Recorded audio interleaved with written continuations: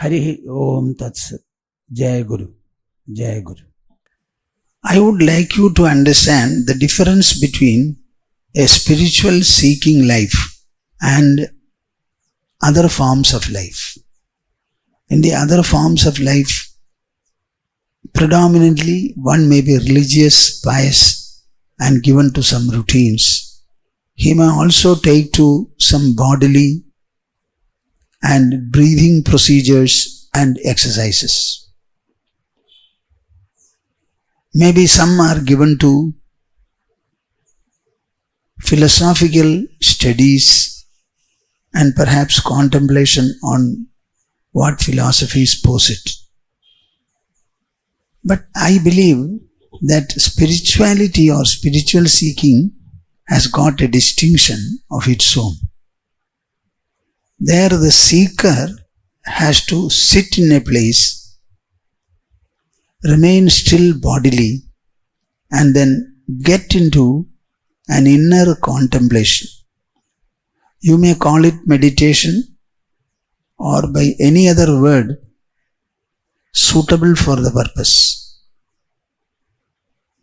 What is meant by sitting in a place without the body and bodily parts moving in any manner?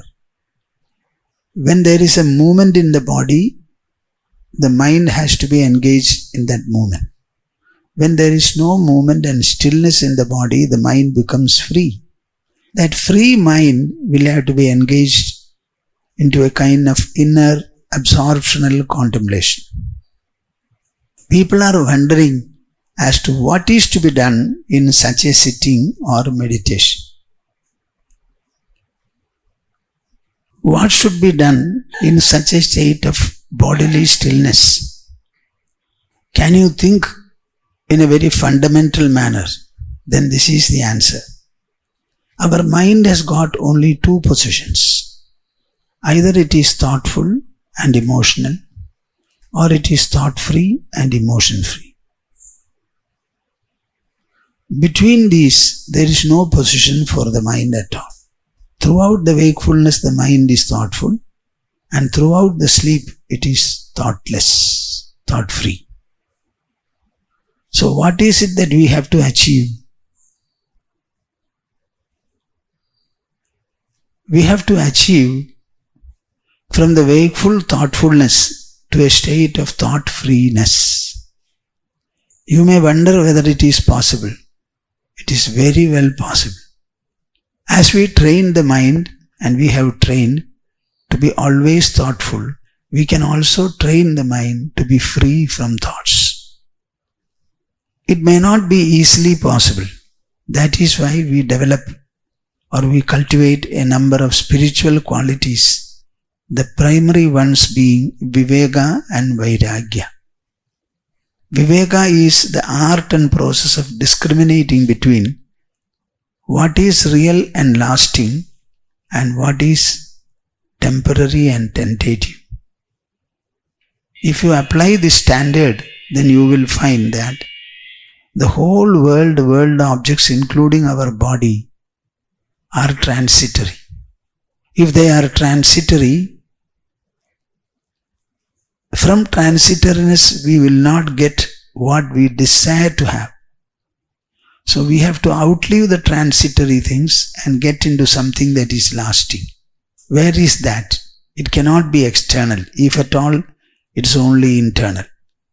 And then develop sufficient dispassion towards the transitory products of the world, including our own body. This is called Vairagya. This Vairagya will lead the mind to get away from the transitory things of the world and to get into something different.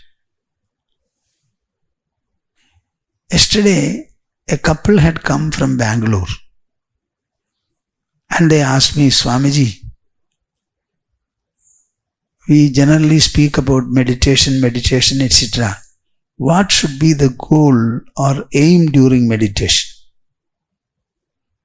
So I was explaining to them, you should get into the mind plane. Get into that plane. And you can get there only by a thought. When you start thinking, you are within the mind. So you have to begin to think. And the type of thinking should be an optional thought that you cultivate. Take a thought optionally, which should represent your goal, your objective, and then go on preserving that thought. When you preserve the thought, the mind will naturally be involved in it. And through this optional thought preservation, if the mind gets used to it, accepts it, and if you can preserve your optional thought for about 5, 10 or 15 minutes, you will find the mind has become very light, peaceful also, and the next step will be the optional thought along with the mind simply drops. The optional thought along with the mind drops. Now what is left aside? That is what you have to understand. Many people will say it is a state of blank. If it's a state of blank, how can thoughts arise from there? It is so potent and resourceful that it can give rise to any number of thoughts, knowledge, emotion, memory, and what not. So you have to understand what is the source of thoughts. What is the source of thinking? This understanding will depend upon one's own purity and keenness. As long as you have the mind, there is the world. When there is no mind, we neither have the body, nor do we have the world. So the presence of the mind is what brings the presence of the world and the body. When the mind itself becomes extinct, so to say, then where was the question of anything troubling you? So what we want is a cessation or extinction of the mind process. Our meditation should be aimed at that. Very few people understand the nature of this, the relationship, sequence, relevance, etc. That is where people given to meditation do not make a success of it.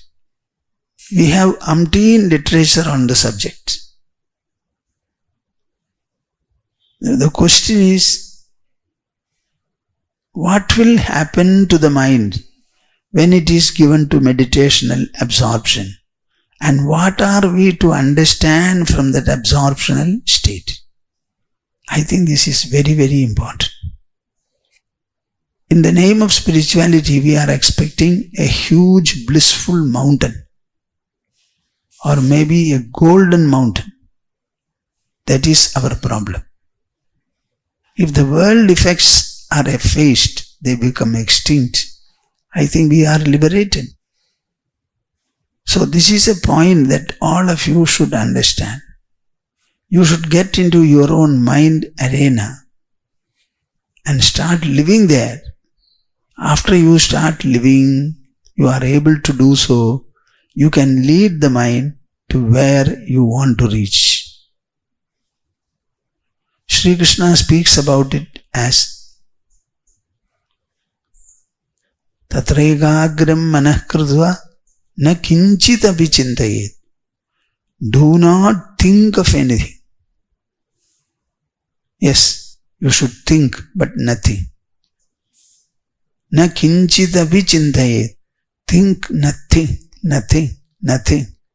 This is the second good and last stage of meditation.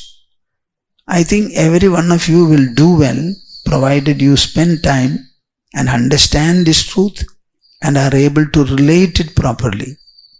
We must get into the mind plane, and by preserving an optional thought, we must be able to eliminate all other thoughts.